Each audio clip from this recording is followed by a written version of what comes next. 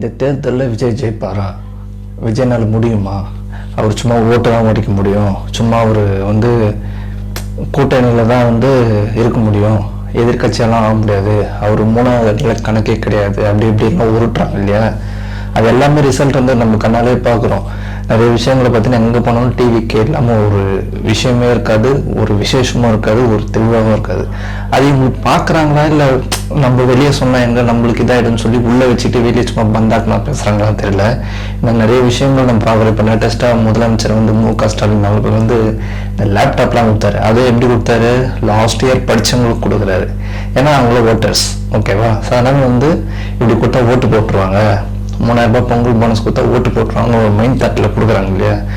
நீங்கள் என்ன கொடுத்தாலும் நாங்கள் வாங்கிக்குவோம், ஆனால் எங்கள் ஓட்டு விஜய்க்கு தான். அது ஒரு ட்ரெண்டாகி போயிட்டுருக்கு.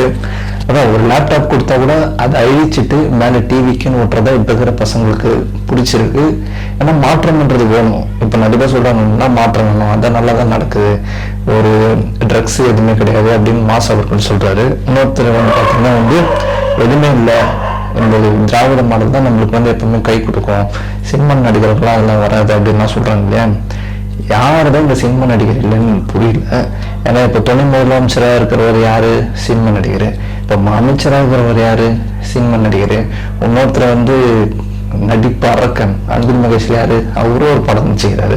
ஸோ இப்படி எல்லாமே சினிமா துறையிலேருந்து வந்தவங்க தான். பட் ஆனால் விஜய் வந்தால் மட்டும் சினிமா கரண்ட் ஒரு முத்திரை குத்துறாங்க. நீங்கள் இன்னும் முத்திரை குத்தினாலும் 26 அன்னைக்கு மக்கள் குத்துவாங்க போய் ஒரு முத்திரை, விஜய் சிஎம்னு சொல்லிட்டு. அதுதான் ஈடுபடும்.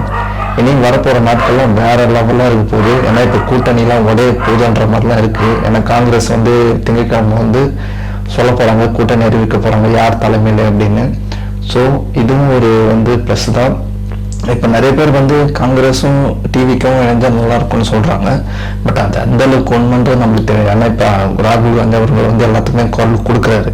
ஸோ அதை வச்சு டிவிக்கு உள்ளே வந்துடுவாங்களா அப்படின்லாம் தெரியாது. அது அஃபிஷியலாக சொன்னால் மட்டும்தான் அது தெரியும். அவர் மக்கள்கிட்ட தான் கூட்டணி, எந்த கட்சி நம்பியும் அவர் கூட்டணி கிடையாது, மக்கள் நம்ப தான் கூட்டணி. இன்னொரு விஷயம், இந்த சவுக்கு சங்கர்ன்னு இருக்கார் பார்த்தீங்களா, அவர் எப்படின்னா ஏடிஎம்கே கூட அலையன்ஸ் வச்சுக்கிற மாதிரியே ஒரு ப்ரொஜெக்ட் பண்ணுறது, கூட்டணி வரியா அப்படி இப்படின்னு ஒரு நக்கல் பேச்சு. அதான் இப்போ இவங்க எது சொன்னாலும் நம்பிடுவாங்க அப்படின்றது ஒரு மைண்ட் தாட் இருக்கு இல்லையா? அது எல்லாமே மாறும். மக்கள் தெளிவாகிறாங்க. நீங்கள் என்ன உருட்டினாலும் மக்கள் மனசில் பிரெயினில் விஜய்.